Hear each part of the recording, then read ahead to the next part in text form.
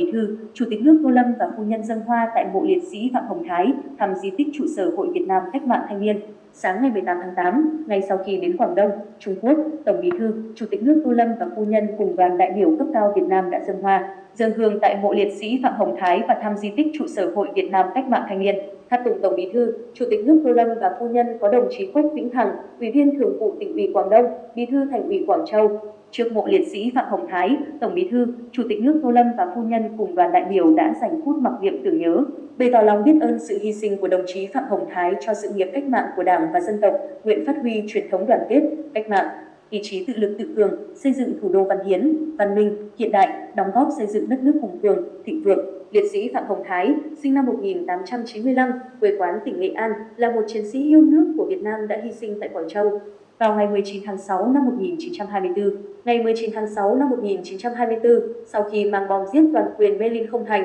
bị giặc truy đuổi, ông gieo mình xuống dòng Châu Giang tự tử, quyết không để lọt vào tay kẻ thù. Sau khi chính quyền thực dân ở khu Sa Diện vớt được xác đồng chí Phạm Hồng Thái, chính quyền thành phố Quảng Châu lúc đó đã đứng ra đề nghị xin chôn cất ở chân núi Bạch Vân.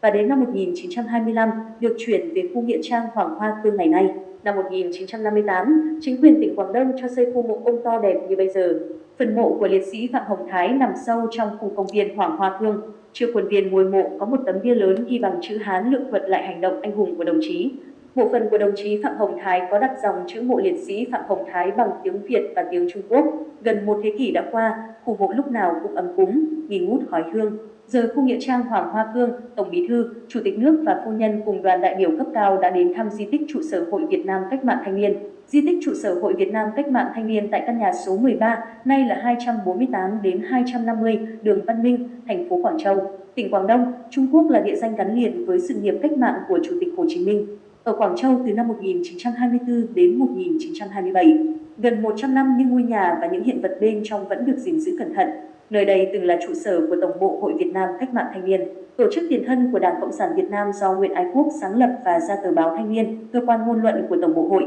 Tại đây, Nguyễn Ái Quốc đã mở 3 lớp huấn luyện chính trị, đào tạo cán bộ cách mạng Việt Nam với tổng số 75 người và trực tiếp phụ trách, đồng thời là giảng viên chính. Khóa bồi dưỡng những kiến thức về cách mạng đầu tiên chỉ có 5 học viên và được mở vào năm 1925. Trong số đó có đồng chí Phạm Văn Đồng, vị Thủ tướng đầu tiên của Việt Nam. Những bài giảng của người được tập hợp lại và xuất bản thành cuốn Đường Cách mệnh, cẩm nang hoạt động của Hội Việt Nam Cách mạng Thanh niên, một trong những văn kiện lý luận đầu tiên của Đảng Cộng sản Việt Nam. Năm 1971, trong chuyến thăm Quảng Châu, Thủ tướng Phạm Văn Đồng và Thủ tướng Trung Quốc Chu Ân Lai khi trở lại căn nhà này đã chính thức xác nhận đây là một khu di tích lịch sử cần phải được giữ gìn và tôn tạo. Di tích thuộc quyền quản lý của Bảo tàng Lịch sử Cách mạng Quảng Đông đã được xếp hạng là di tích lịch sử văn hóa quốc gia Trung Quốc. Trong nhiều năm qua, Bảo tàng Lịch sử Cách mạng Quảng Đông, Cục Văn hóa Quảng Châu đã giữ gìn và phát huy tác dụng di tích lịch sử này. Di tích trụ sở Hội Việt Nam Cách mạng Thanh niên gồm lớp học, phòng bác ở, phòng ở của các học viên, bếp và gian trưng bày các tư liệu về thời kỳ Bác hoạt động ở Quảng Châu những năm 1924 đến 1927. Đã gần một thế kỷ trôi qua kể từ khi Nguyễn Ái Quốc sống và hoạt động tại Quảng Châu. Căn nhà số 13 đường Văn Minh với những kỷ vật thiêng liêng nhưng vẫn còn mang hơi ấm của người. Di tích là địa chỉ đỏ quan trọng cho những người dân Việt Nam tới thăm mỗi khi đến Quảng Châu, là một minh chứng sống động cho những năm tháng hoạt động sôi nổi của Nguyễn Ái Quốc trên đất bạn và cũng là hiện thân cho tình hữu nghị giữa hai đảng, hai nhà nước và nhân dân hai nước Việt Nam, Trung Quốc. Năm 2024, nhân kỷ niệm 100 năm hoạt động cách mạng của Chủ tịch Hồ Chí Minh tại Quảng Châu, khu di tích đã phục hồi cơ bản kế hoạch trưng bày triển lãm đồng chí Hồ Chí Minh tại Quảng Châu,